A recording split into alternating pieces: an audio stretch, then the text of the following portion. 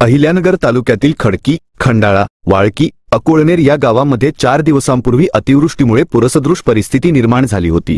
4 दिवसानंतरही कोणतीही प्रशासकीय मदत न पोहोचल्याने आज अखेर खासदार निलेश लंके आणि मावळा प्रतिष्ठानच्या वतीने खडकी, खंडाळा, वाळकी या गावांमध्ये स्वच्छता मोहीम राबवण्यात आली। यावेळी स्वतः खासदार निलेश लंके हे स्वच्छता मोहिमेत सहभागी झाले होते। तसेच निलेश लंके प्रतिष्ठानच्या वतीने खडकी, खंडाळा, अकोळनेर या गावांमध्ये जनावरांसाठीची औषधे आणि मनुष्यासाठी लागणारी औषधे देखील घरपोच देण्यात येत आहेत।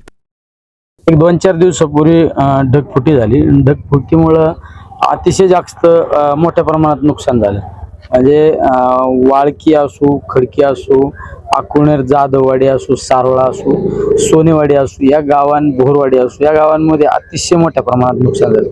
त्यामध्ये अनेक मुख्य जनावर सुद्धा वाहून गेले। आणि आज तुम्ही पाहिलं असेल या हॉस्पिटल पूर्ण म्हणजे ही आमची वाळकीची पीएससी जिल्ह्यात 1 नंबरची पीएससी होती, तर ती पूर्ण नेस्तनाबूत झालेली आहे। त्यामुळे आम्ही 1-2 झाल्यानंतर दुसऱ्या दिवशी मी पाहणी केली।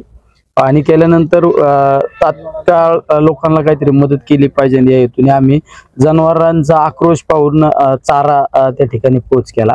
लोकांचं पूर्ण कुटुंबातल्या घरातली कुठली वस्तू शिल्लक नाही राहिली, अशा कुटुंबाला किराणा वाटप केली। आणि आता सध्या दळणवळणाचे रस्ते सुरळीत चालू झाले पाहिजे। हे हॉस्पिटल आरोग्याची सुखसुविधा देणारं हॉस्पिटल आहे, हे सुद्धा सुरळीत चालू झालं पाहिजे।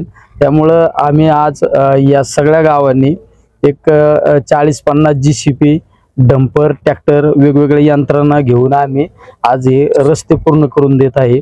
काही हॉस्पिटलला चांगल्या पद्धतीच्या अवस्थेत करून देत आहे। आज आरोग्य विभागाची टीम सुद्धा आमची फिरत आहे प्रत्येक गावागावामध्ये।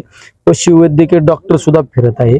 म्हणजे तात्काळ आज त्या ठिकाणी प्रत्येक गावाने मदत पोहोचवण्याचं काम माझे सर्व सहकारी, आमची मावळा नावाची संघटना किंवा आमचे प्रतिष्ठानचे कार्यकर्ते, आमच्या सर्व युवक वर्ग या ठिकाणी आज मोठ्या प्रमाणात सहभागी आहे। आणि जसं तुम्हाला या गावात काम पाहायला मिळत आहे, तसं ज्या ज्या गावात ढगफुटी झाली त्या प्रत्येक गावात अशाच पद्धतीचे काम चालू आहे।